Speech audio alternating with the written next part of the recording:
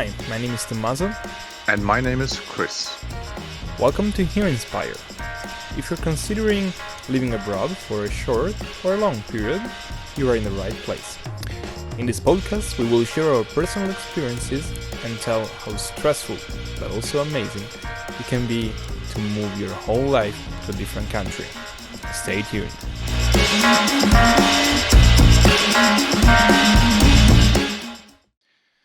Okay, welcome everyone to the next episode of the Inspire podcast. And today, and in this episode, it's Tommaso here that it's hosting. And I'm here this time with Benji and Brigitte. Hello, guys. Hey. How are you? I'm fine, thank you. How are you? All cool. We're actually recording the podcast on the last days of our summer school here in Maastricht. So, bit sad. We're already at the end, not at the beginning, at the end. But yeah, all good. Okay, so as for everyone else, let's start with some very fast question. And since Brigitte has the microphone, let's start with you. Okay, Brigitte. So, coffee or tea? Coffee, 100%. 100% coffee. Car or bike? Bike. Mountain or sea? Sea. Summer or winter? Ooh, that's a hard one. Summer. You're a cat or a dog person? Definitely dog. Okay. Beer or wine? Beer. Mm-hmm. Bitter or sweet? Don't think. Torn in between. Impossible. Sorry. Umami. And finally, I would have concert or Spotify? Spotify.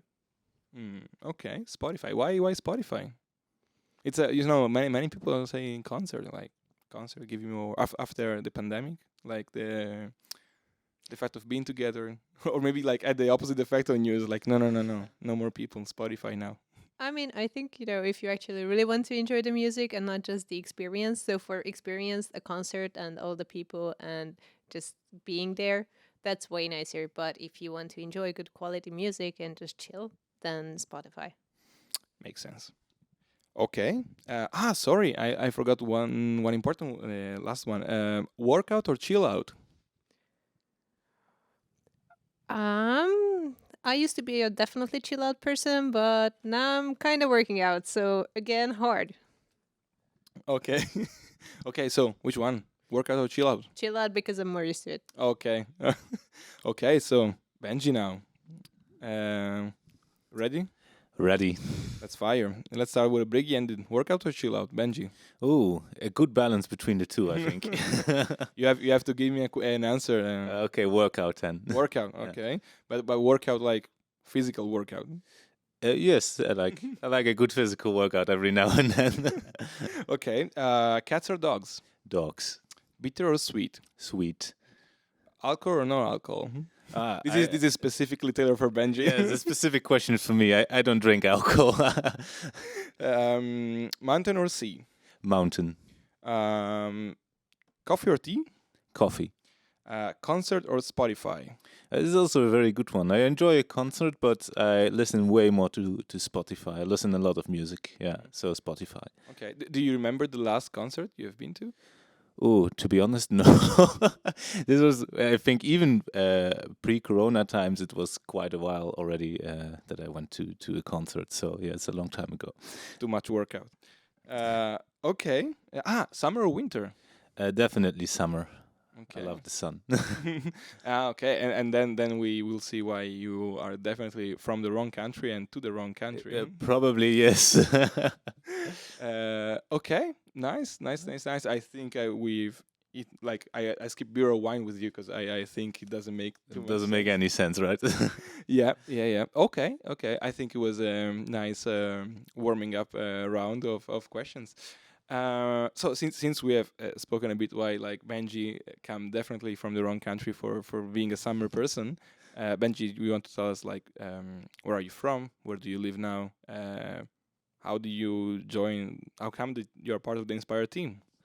All right, very good. Yeah, I'm originally from the Netherlands. I was born in Sittard, a small place near where we actually are now, Maastricht, and yeah, I've lived there for most part of my life. I've done my bachelor's in Heerlen, my master's in Nijmegen, and at some point I decided that I wanted to do a PhD. And when I went looking for places to do a PhD, I came across the INSPIRE network and applied for the position in Antwerp in Belgium. And after quite a long selection process, I was luckily selected to become part of INSPIRE. So that's how I ended up in brave little Belgium, as they call it sometimes. So yeah, that's well, very shortly how I ended up there. Okay, nice, nice. And as we said before, like not much sun in Belgium or Netherlands. No, it's the weather is very much the same, and probably the fact that I come from the Netherlands is why I like the sun so much, because we have very little of it.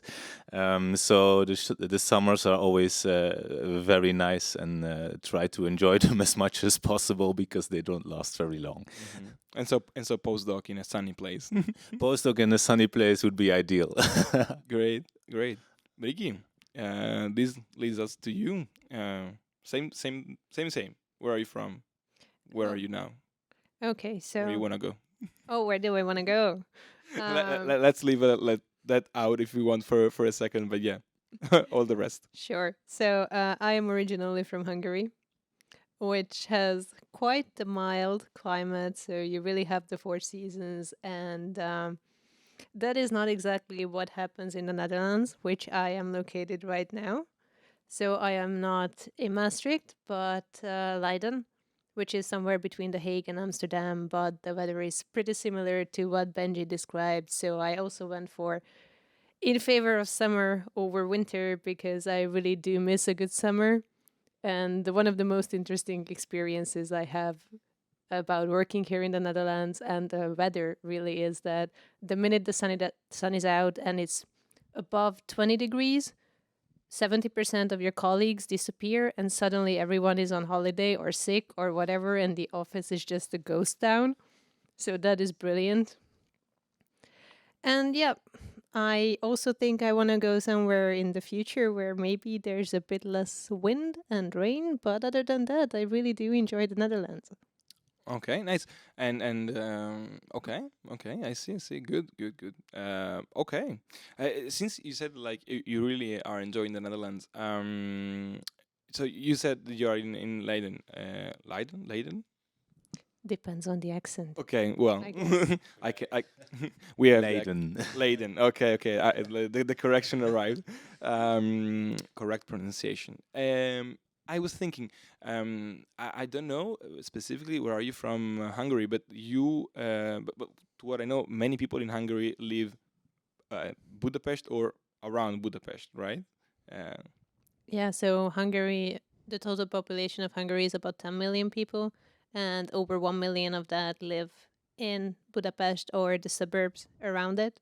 And I'm one of them. So I was born in a city 20 that's about 20 kilometers from Budapest, and then I spent the last 7 years before moving here living in Budapest. So compared to that, Leiden is definitely a small city. Okay, yeah, and that's exactly where I wanted to go. So, like, coming from Budapest, which is like a much bigger city, how it is to adjust to Leiden, not only like dimension of the city wise, but also like change of culture. I would say probably right, like Budapest and Hungary in general is a much different place than the Netherlands and Leiden. I would say that culture wise, I really enjoy the Netherlands, and I don't think there are, at least in the cities that I visited, I didn't see so much difference in terms of culture between the cities. But if I compare it to Hungary, I would say that people might be a bit nicer and more open minded and easygoing. So to me, that was really something that I really find nice about the Netherlands, how chill people are usually. And overall, the experience in Leiden, so my first impression was that this is a super nice place. It's very pretty. It's very green. You can bike everywhere. It's really, accommodating. But then after a while, I started to miss the conveniences of living in a big city. So I was very used to just being able to go to whatever store at 4 a.m. if I decided to do so, or having everything within reach. And now Leiden is not exactly a small city, but still, those are not necessarily there for everything that you could imagine. So for me, that was I the see. biggest thing to get used to. Yeah, probably for sure. Yeah. Okay. But I like what you're saying. Like, I think we are coming several times to the same point. Of like, it's personally the thing that I really appreciate also about the Netherlands, which is you can pretty much bike anywhere, and this is just really nice. I think that personally I'm missing a lot in Israel, because I also was born in a small city, so I'm very used to bike. Um, Okay, Benji, but like you actually come from the Netherlands, and you live in Belgium, which is, to the best of my understanding, a place that doesn't have many differences to the Netherlands, maybe. But seeing your face, it's like, this guy doesn't know what he's talking about. Well, let's say there are a lot of similarities, of course. We share a common history, which at some point diverted from each other. But for example, we still can understand each other quite well, at least in the Flemish part of Belgium, where they still speak Dutch, or technically speaking Flemish. But you A weird variation of Dutch, or Dutch, a weird variation of Flemish. Depends well, on which side of the. depends on which country side you of the of the border you live, probably. Yes, but it's also nice to be some words they are very practical. Sometimes it's also quite nice to extend your palette of variations on Dutch words, let's say. So Can you give us an example on how different are Dutch and Flemish? Like two words that you could compare. Well, this is of course dangerous, because if my Flemish colleagues are going to listen to this, they might they might have something to say about it. But there are a few words like, for example, sobiet. It's a word that they use to, if you say it in Dutch, you would say zometeen, which means basically like in a minute, or in a very short time. But sobiet is something we completely do not know in the Netherlands, and I like it as a word because it's short. It's a bit more powerful, and it's like if a person asks you, "Can you do something for me?" Say, "Sobiet, I will come to you like in a minute." So that is very nice. But what you also see, and this is very interesting, and this is also a difference, for example, to the Dutch, is much more French influences, of course, because you probably know you probably know that Belgium has also a French part as well as a German part also. So another thing I like what they say in Flemish is "ça va," which in French means very simply like "how are you?" But in Belgium, in the Flemish part, they use it for everything. They can say like at the end of the sentence like "ça va," like "okay," or they can actually ask you how you are, like "ça va," is it okay? So you can use it for everything, basically to as a stop word to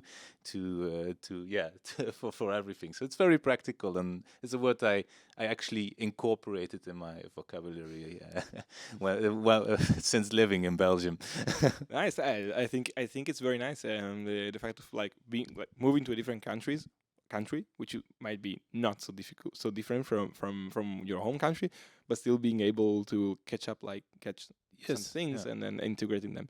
But uh, how do you find yourself in Belgium? You're liking it.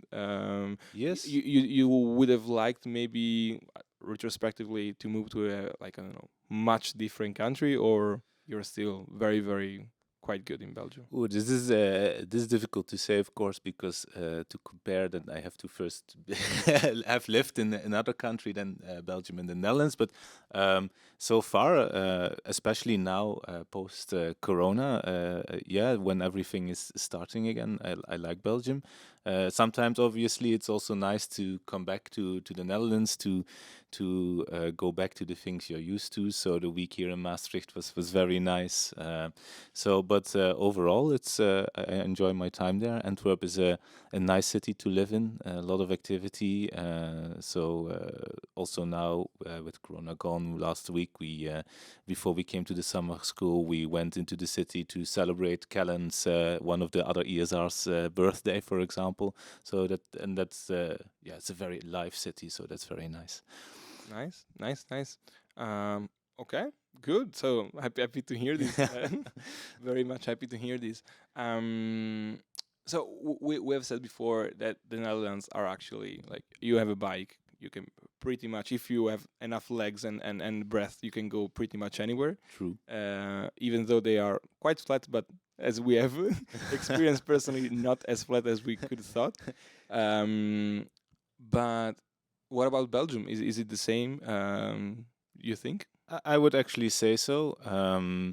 Belgium is also a cycling country. I think if you look at the number of bikes in the world, if we keep it to numbers, we are scientists after all, then you're first the Netherlands and then I think Belgium. So also in Belgium, cycling is very popular.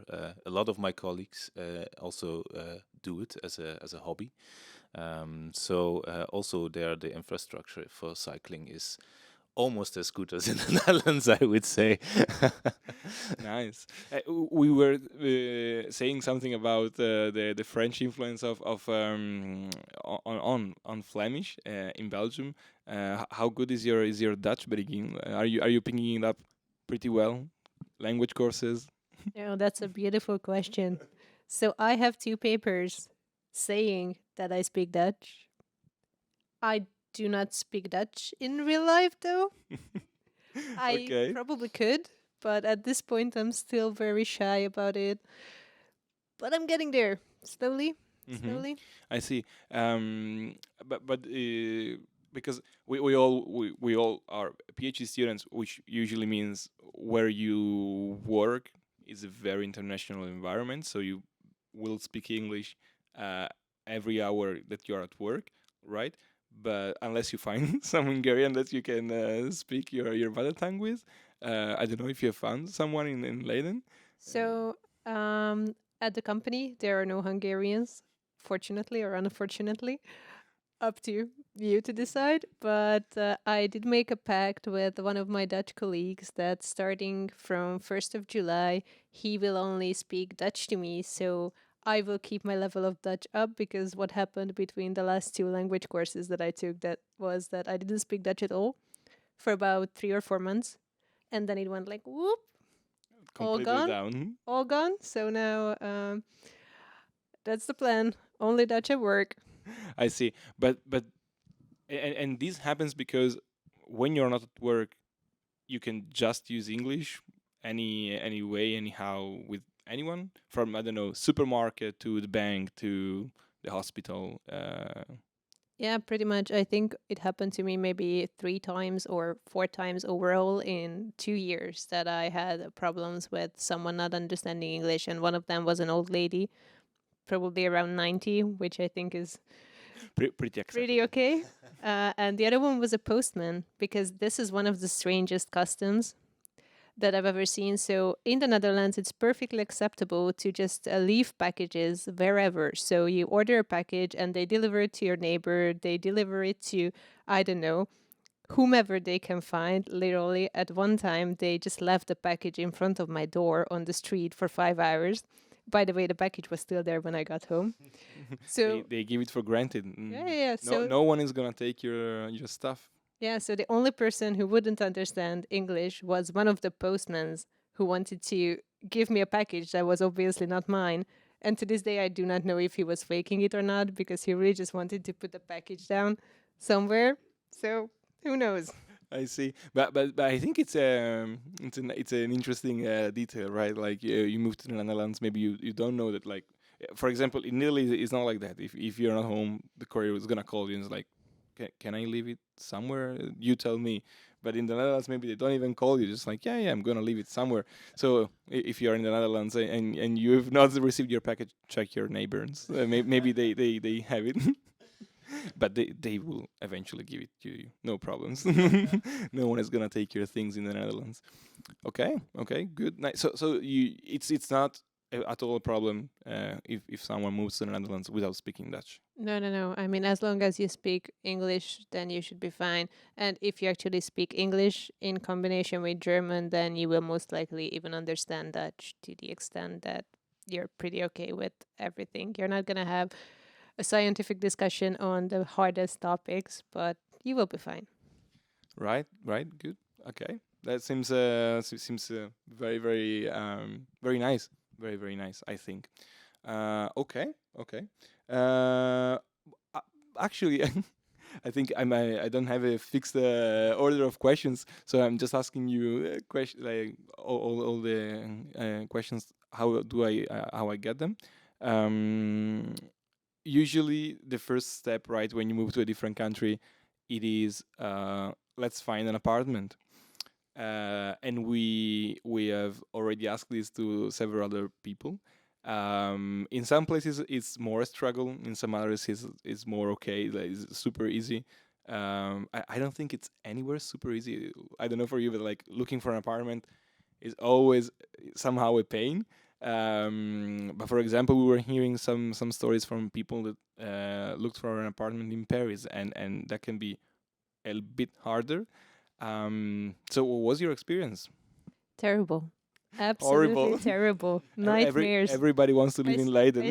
I still wake up in the middle of the night thinking, oh my God, I do not have an apartment yet. No, the housing shortage is crazy in the Netherlands. So prices can go up incredibly high, and the landlords basically ask for your soul even before considering you as a potential applicant for the place. And on top of that, I moved with pets. I have a pet right now. So you were already in a tight spot. Yeah, so that is 70% of what is on the market instantly out.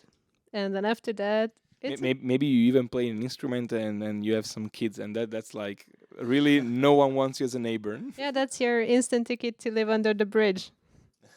Yeah. So how was it? How you ended up finding an apartment? You had like to pay an incredible amount of money, or you were lucky at a certain point? I mean, I think it was a combination of luck and also for me, for my first apartment when I was still looking from Hungary, it was really hard because obviously I couldn't fly here every weekend to go to a viewing or so. So I would say luck and willingness to lower your expectations. Which is always a good thing. Yeah. So okay, but you are satisfied with what you found now? I mean, I already moved once, and I'm gonna move for the second time in August. So I wouldn't say satisfied. So maybe satisfied is not the right way. What was the issues with the previous apartment then? The previous apartment was a beautiful monumental building built in, I think, the 18th century or so.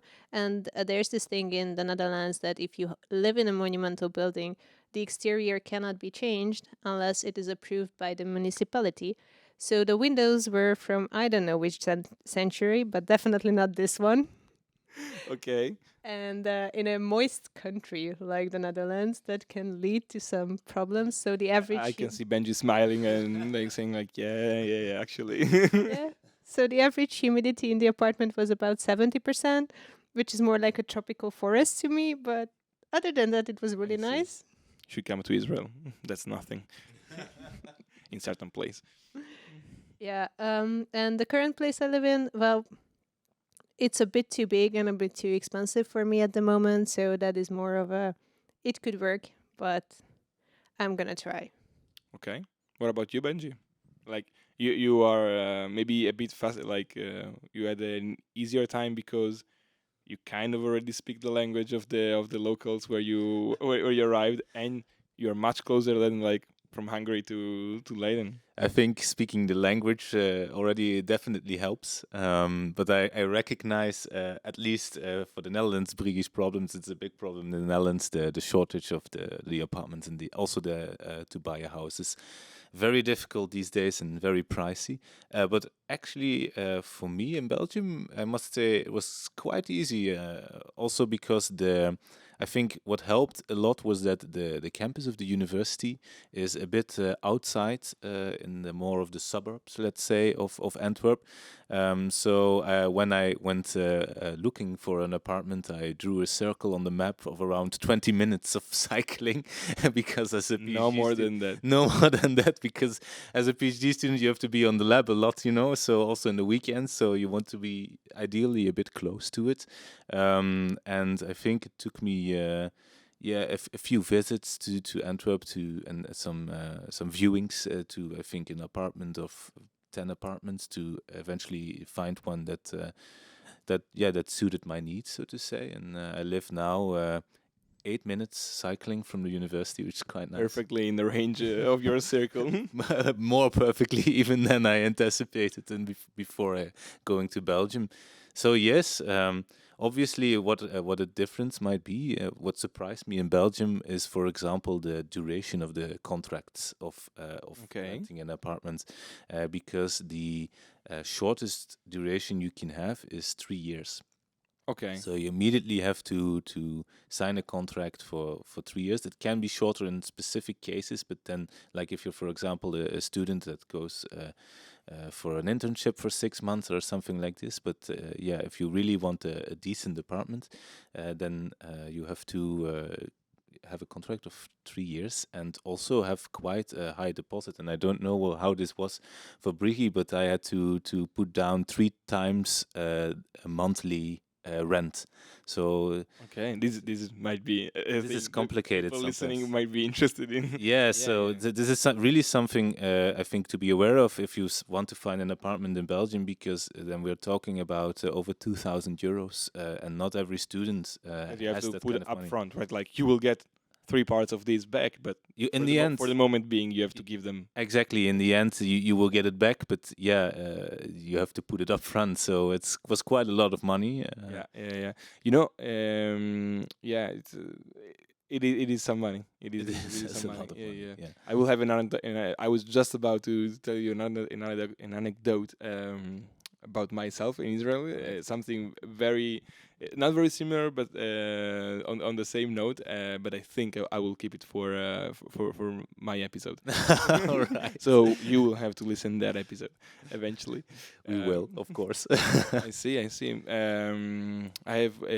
We're going towards the end, so I think I would like to ask you like a few more questions. Sure. The first one is: are there any moments in which you, I don't know, wake up one day and say like, I really miss this specific thing from my hometown or the Netherlands or Hungary, for example. Maybe Brigitte already like said something about it. But if there is, I don't know, something else that you can think of. Well, one thing that that surprised me in the beginning when I moved to Belgium is that, as you say, in the Netherlands, like everything is very accessible. Also, not only on bike, but also like the shops are open until late. Like Albertijn is often open until 10 in the evening, but also on Sundays. And when I wanted to go for shopping the first time in Belgium, and I like to do it on Sundays because then you have the Saturday nice and chill at home, and then on Sunday you do the things you have to do, for your household or whatever. And it turned out that everything was closed. So this was a bit of a surprise. Yeah, like all the shops were closed, or you have to go to these special Sunday shops, but then you pay 3 times what you normally pay. But not even like big supermarkets are open. No, like even the big supermarkets, they in Belgium they are closed. Like the Colruyt is a famous example. Brigitte is horrified by this. Yes, this. I was really. We're not even talking about day and night. We're talking about Sundays. Yeah, about Sundays, and it's so common, right, Ricky, in the Netherlands to be open on Sunday. It's like, and I was so used to it, and I didn't even think about it like the first time, and it's like, but why is the shop closed? What is happening here? But this is so Belgium in that sense is still quite traditional. That Sundays are really a resting day. Probably true. Yeah. So for everyone that's thinking and considering to leave to move to Belgium, remember that Sundays everything is closed. On Sunday you have to rest. Yes. Okay. Brigi, you have something that like you're missing from Hungary? Well, I was definitely mortified in Leiden when I found out that the night shops close at 2 a.m. So there is nothing between 2 a.m. and 6. For me, that was You're a night person. for me that was already quite a trauma. Now imagine if things were closed on Sunday. I would probably have just moved back to Hungary at that point, being like, no, no, no, no, no, no. That's the last drop. Yeah, but for me, it really, of course, I miss family and friends. And I used to live very close to my parents' place, just 20, 30 kilometers or so. So the convenience of, always having someone to help you out with things, household things, or if you wanted to go buy furniture or whatever, you just needed a car. That was very, very nice. I was very used to that. And other than that, it really is the weather. So I think with the Netherlands, for most expats, it always comes down to the weather. So it's really nice to bike. Like I really love biking. I bike everywhere all the time. But for the first year or so, there's a really easy trick that can help you determine who is Dutch and who is not. So when you Okay. go out and it's raining like crazy, and you look at people's faces, you have the waterproof people who smile and somehow don't get wet in the rain. Now those are the Dutch people. And then you have Easily spottable. and then you have other mortals who just All the rest. who are contemplating what has gone wrong in their life and they're like striking against the wind in the crazy rain. That's just the best combination to cycling to work in the morning. So you arrive also like wet and sweaty because maybe you're also like Yeah, cycling. it's perfect. And because in Leiden you're so close to the sea, the rain doesn't even fall vertically. It falls horizontally because it's always so windy. So it's kind of like being waterboarded for 4 kilometers. Imagine that on a Monday morning. Great start for the week. That sounds very difficult, and I surely don't want that on my Monday morning. Um, okay. I think we have discussed more or less about everything I intended to. But before leaving, Benji, are those Belgian fries actually so good? Ooh, yes. Yes, I can confirm that. And actually, the best ones I had were quite short while ago. When we went out in the city of Antwerp, it was like like this American-styled school bus. Do you know these Yeah, yellow yeah, yeah. ones that was selling fries? And for some reason, they were very, very good. Yes. Because you, contrary to Dustin, our vegan colleague, you eat this. You're not vegan, you're not vegetarian, so you do eat these fries. He moved to Belgium and he cannot even eat the fries. Well, he ate them actually. That Oh. evening he ate them, so I don't know, but I think he might have ignored or like We- kept we- himself in the dark of how they Okay. were made. Maybe the temptation was way too strong. Yeah. When we hadn't eaten and it was like I think 10 or 11 o'clock in the evening, so we were like, we need to eat something, and they were very delicious. So I can recommend eating the fries in Belgium for sure. Okay, great. Thank you very much for being here to talk a bit about your experiences. So thank you, Brigi. Thank you, Benji. And see you guys. Yeah, to the next episode. See you. Bye bye. Thank you, Tommaso. See you guys. Thank you. Bye bye.